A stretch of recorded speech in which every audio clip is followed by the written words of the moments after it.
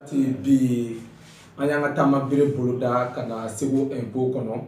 an bɛ foli kɛ Segu cɛ muso denmisɛnnin ni maakɔrɔ bɛɛ lajɛlen ka foli kɛ an ka maliyɛnw bɛɛ lajɛlen ani an ka tunkaragɛw aw minnu ɲɛ b'an na Segu 24 ka page kan Facebook kan Twitter kan ani YouTube kan an ka foli bɛ aw bɛɛ lajɛlen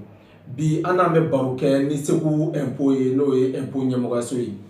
jɔda ani nafa mun bɛ impôt la maliyɛnw segukaw bɛɛ ka se ka faamuya sɔrɔ o la impôt bɛ kali cogo jumɛn na a kan ka sara cogo jumɛn na ani laɲini jumɛn bi ɲɛmɔgɔso bolo ka di impôt mɔgɔw ma n'o y'an ka sanfɛmɔgɔ n'o ye gouvernement ye olu ka laɲini jumɛn ye impôt yɔrɔ impôt fana ka laɲini jumɛn ye dugudenw yɔrɔ bi wulada in na balo bɛna boli o kan ani a ɲɛmaa belebele dɔ bɛ ɲɔgɔn fɛ n'o ye Michel ye sabula mɛn da o ye mɛn digila ye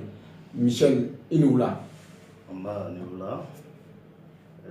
Segu 24 bɛ foli bila o la k'aw fo ka waleɲuman dɔn a ka nin baara nin na ka d'a kan kunnafoni jɛnsɛnba ale ka nafa ka bon kosɛbɛ jamana kɔnɔ donc raison pour laquelle an tɛna se ka dɛsɛ ka aw fo parce que foli yɛrɛ kɔni vraiment o foli tɛ o bɛ o foli barika kan ka bonya aw fanfɛla la kosɛbɛ puisque aw ka nin baara nin a bɛna fɛn min lase aw ma an yɛrɛ de b'a dɔn le fait que mɔgɔw b'a ye mɔgɔw b'a mɛn a bɛ kɛ sababu ye mɔgɔ caman bɛna dɔn fɛn min yɛrɛ ye impôt ye u bɛna dɔn fana aw ka baara nin vraiment aw ka kunnafoni nin fana kunnafoni gansan tɛ parce que nin min filɛ nin ye nin ka fisa kosɛbɛ faso jɔyɔrɔ la kosɛbɛ nin nafaba de bɛ nin émission nin na ne fɛ puisque nin bɛ mɔgɔw la édifier kosɛbɛ fɛn caman de la donc o sababuya la n bɛna kuma damadamani fɔ aw ɲɛna impôt ko in na aw yɛrɛ b'a dɔn vous savez en même temps que moi que Mali nin bɛ position min na kɔgɔji tɛ anw fɛ yan Mali la donc fɛn kelen min bɛ se ka Mali yɛrɛ minɛ k'a jɔ kosɛbɛ depuis waati jan fo sisan o ye Mali ka impôt ye donc impôt in de jɔlen don ni fɛn bɛɛ ye i sarakɛla o impôt fɛn o fɛn bɛ kɛ Mali nin kɔnɔ yan a bɛɛ sigilen don impôt de kan donc de telle sorte que mɔgɔ maa si tɛ yen min kan ka tulonkɛ kɛ ni impôt ye hali aw ni anw minnu filɛ aw ni ne an bɛɛ tant que une fois que i bɛ sara ta i bɛ impôt sara parce que fɛn dɔ bɛ tigɛ i ka sara la n'a bɛ fɔ o ma ko ITS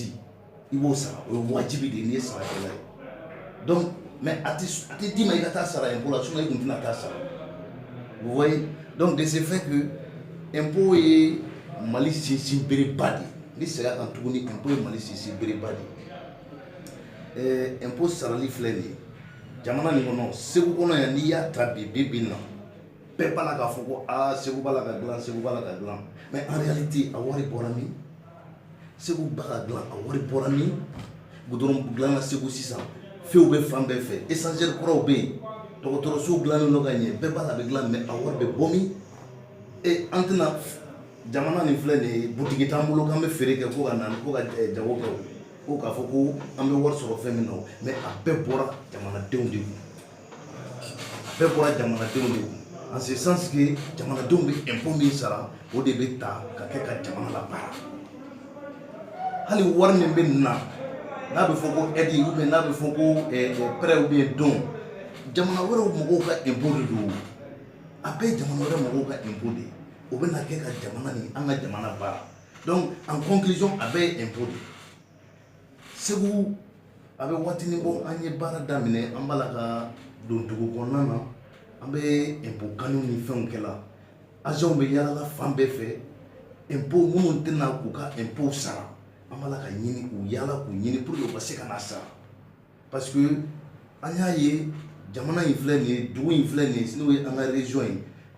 san o san jamana yɛrɛ bɛ sigi k'a fɔ ko bon ayiwa 2017 ni a daminɛ filɛ nin ye ayiwa nin dépense de bɛ jamana kɔnɔ n'a fɔra ko dépense bɛ jamana kɔnɔ c'est que dépense nin bɛ yen mais a wari bɛ bɔ yɔrɔ dɔ de la a wari bɛ bɔ impôt de la ani dɔn ye a bɛɛ de ye o de recette donc jamana kɔnɔ u b'a fɔ bon cette année a ye na ni nin montant ye u bɛ montant dɔ de fɔ anw ɲɛna o de bɛ fixer ministre fɛ a bɛ voter assemblée la loi des finances bɛ voter san o san k'a fɔ bon ni san nin kɔnɔ ni dépense hakɛ de bɛ jamana kɔnɔ ni de kan ka kɛ bon ni o fɔra sisan butigi dun t'an bolo a bɛ kɛ cogo di c'est que a bɛ sɔrɔ impôt de la maintenant n'o o fɔra sisan a bɛ ta ka calculer sisan Mali impôt la direction générale des impôts a ye nin montant ɲini aw ka na ni nin montant ye misali la 2017 nin kɔnɔna na la direction générale des impôts u k'u ma u ka na ni 70 milliards 940 millions 790 milliards 940 millions 790 milliards Mali impôt kan ka na ni o de bon o Mali 990 milliards 940 millions nin kɔnɔna na Segu ta ye min ye min n'o ɲɛfɔ a ɲɛna pour que a k'a faamu k'a fɔ anw fana an bɛ baara de la an sigilen tɛ ten parce que mɔgɔw ɲɛ b'an na u hakili la ko an bɛ munumunu na ten ko an bɛ wari minɛ de la ko k'a dun an yɛrɛ ye o tɛ Segu région kan ka na ni impôt min ye min u kan ka min mobiliser ka fara ɲɔgɔn kan ɲinan san kɔnɔ 2017 kɔnɔ yanni le 31 décembre cɛ n bɛna ɲɛfɔ a ɲɛna aw k'a faamu ka ɲɛ la région de Segu normalement min dira anw ma c'est 7 milliards 475 millions 7 milliards 475 millions ko an ka o de ladon yanni 31 décembre cɛ ala barika la an bɛ yɔrɔ min bi bin na an ma se k'a ladon parce que an sera ka min mobiliser o ye 5 milliards 450 millions ye 5 milliards 450 millions k'a daminɛ janvier la ka na bila sisan donc an ka wari ɲinita tɔ bɛnna 2 milliards 25 millions bon aw yɛrɛ fɛ 2 milliards 25 millions yanni le 31 décembre cɛ o bɛ sɔrɔ cogo di a ma nɔgɔn dɛ voilà pourquoi an bɛ bɔ la an bɛ jurukan na an bɛ contrôle la fan bɛɛ fɛ parce que impôt sarali pression tɛ 1er janvier bɛɛ b'a dɔn k'a fɔ commerçants mobilitigiw bɛɛ b'a dɔn k'a fɔ commerçant fɛn fɛn bɛ yen i b'a dɔn k'a fɔ i kan ka n'i ka impôt sara à partir de janvier février mars i bɛna i ka patente ta bon mobili bɛ minnu bolo u b'a dɔn janvier viɲɛtiw bɛ na mobiliba ni mobilidenniw u bɛna u ka viɲɛtiw ta mais u bɛ to yen de u tɛ na tant que u ma minɛ ka fiyɛ ka minɛ u tɛ na tant que agent ma wuli ni papier ni colle ye ka t'u ka datugu u tɛ na o fana ka gɛlɛn jamana kɔnɔ dɛ jamana min mɔgɔw l'incivisme est cultivé au Mali ici ka wuli ka fɔ n ka taa n ka fɛn sara n yɛrɛ tubabuw fɛ o ye waso de olu b'u disi gosi n'o ye j'ai payé mes impôts sur les blancs o ye waso ye mais anw fɛ yan an bɛ dogo de fo mɔgɔw ka wuli n'u ma na an tɛ taa o n'u ma na an tɛ taa u bɛ sigi ten bon ni bɛɛ sigira est-ce que 7 milliards ni a bɛ sɔrɔ wa ne ma da la an dun fana an tɛ wuli ni bere ni marifa ye mɔgɔw da la k'a fɔ aw kana nin kɛ bɛɛ b'a dɔn ni i bɛ commerce kɛ ni i mobili b'i bolo i b'a dɔn k'a fɔ i kan ka min kɛ donc pression tɛ kɛ mɔgɔ si kan on vous donne le temps de janvier jusqu'en décembre parce que janvier février mars normalement o ye délai ye mɔgɔw kan ka na u ka fɛnw sara n'o ye patentitigiw ni viɲɛtitigiw ye tuma dɔ la a bɛ taa fɔ avril la a bɛ san dama damani bɔ chambre de commerce mɔgɔw b'a ɲini gouvernement fɛ ka dɔ fara fɛn sara délai fɛn saraliw délai kan donc nin bɛ fara kan avec tout ça u tɛ na bon ça se comprend gɛlɛya bɛ jamana na a bɛ faamu mais tant que n'an m'o gɛlɛya nin fana kun an yɛrɛ la an kan ka min sara parce que tant que n'i bɛ baara la wajibi dɔ kɔni e tɛ se ka kɛ mobili kɔnɔ i b'a boli don o don i bɛ transport kɛ n'a ye ko i tɛ viɲɛti ta o fana ka gɛlɛn e bɛ butigi kɔnɔ k'e bɛ commerce kɛ mais e tɛ fɛ ka patente ta butigi ka location e bɛ kariya k'o sara mais min ye faso ta ye i kana o sara san kɔnɔ siɲɛ kelen o bɛ k'i ma problème ye vous voyez c'est-à-dire que maliyɛn filɛ nin ye en réalité civisme ma nɔgɔn a ma nɔgɔn maliyɛn bolo a respecteli ma nɔgɔn maliyɛn bolo fewu sinon kalo o kalo i bɛ mɔgɔ sɔrɔ kalo o kalo a bɛ 4000 di sotigi ma o ye sotigi ka so sara ye mais san kɔnɔ 36 750 a ka n'o sara impôt la n'o y'a ka san patente ye o bɛ gɛlɛya ma o ka gɛlɛya ma fo impôt agent ka wuli ka taa ka datugu ka kɔli nɔrɔ a la bɛɛ ɲɛna o tuma a bɛ sɔrɔ ka n'a sara nafa jumɛn de b'o la nafa foyi t'o la donc aw ka baara ne bɛ min ɲini aw fɛ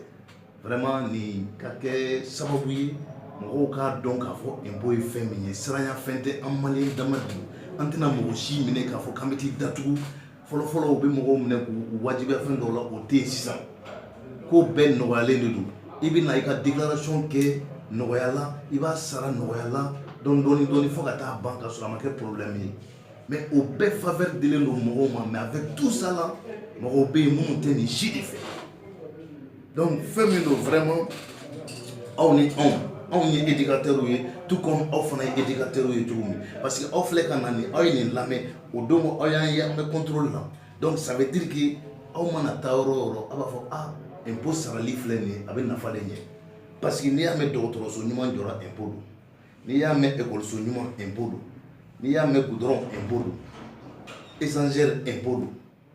fonctionnaire ka sara impôt don mais nin bɛɛ dulon n'o fɛn min na n'a fɔra ko mɔgɔ minnu kan ka kɛ sababu ye k'o fara ɲɔgɔn kan ko olu fana mɔgɔ u t'a la ka u bɛ dɛsɛ la k'o fana kɛ yarɔ finalement a bɛ taa jɔ finalement baara bɛ jɔ donc min tun bɛ ne fɛ pour le moment k'a fɔ o tun ye nin ye quoi.